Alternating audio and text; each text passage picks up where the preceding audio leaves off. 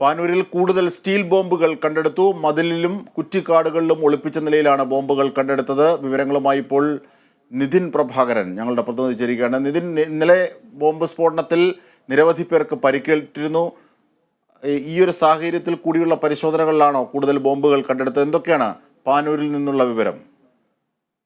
അജിംഷാദ്, അല്പസമയം മുമ്പാണ് പാനൂരിൽ പോലീസ് നടത്തിയ പരിശോധനയിൽ 10-ലധികം സ്റ്റീൽ ബോംബുകൾ കണ്ടെടുത്തിരിക്കുന്നത്. കഴിഞ്ഞ ദിവസം സ്ഫോടനമുണ്ടായ ആ സ്ഥലത്തിന് തൊട്ടടുത്ത പ്രദേശത്തെ കുറ്റിക്കാടുകളിലും അതോടൊപ്പം മതിലുകളിലും ഒളിപ്പിച്ചു വെച്ച നിലയിലായിരുന്നു സ്റ്റീൽ ബോംബ്. കഴിഞ്ഞ ദിവസം സ്റ്റീൽ ബോംബാണ് നിർമ്മിച്ചത്. ഈ സ്റ്റീൽ ബോംബ് നിർമ്മാണത്തിനിടെയുള്ള സ്ഫോടനത്തിലാണ് ഒരാൾ മരിക്കുന്നതും 3 പേർക്ക് പരിക്കേൽക്കുന്നതുമെന്ന് പോലീസ് ഇപ്പോൾ സ്ഥിരീകരിച്ചു.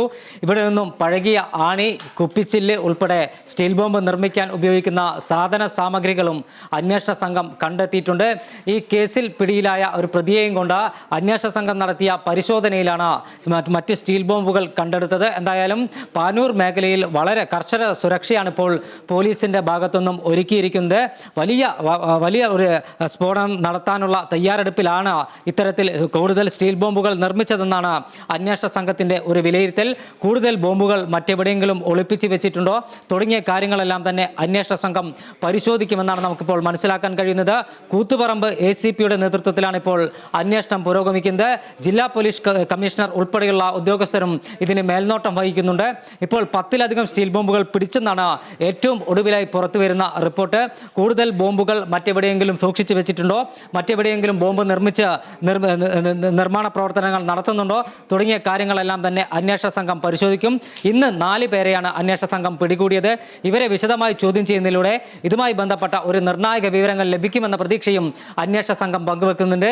എന്തിനു വേണ്ടിയാണ് ഈ ബോംബ് നിർമ്മാണം നടത്തിയത്, അല്ലെങ്കിൽ ആർക്ക് വേണ്ടിയാണ് ഈ ബോംബ് നിർമ്മിച്ചു നൽകിയത് തുടങ്ങിയ കാര്യങ്ങളെല്ലാം തന്നെ അന്വേഷണ സംഘം പരിശോധിക്കുന്നുണ്ട്. അതിനിടെ ഈ ബോംബ് നിർമ്മിച്ച വീടിൻ്റെ ഉടമ പാനൂർ സ്റ്റേഷനിൽ ഒരു പരാതി നൽകിയിട്ടുണ്ട്.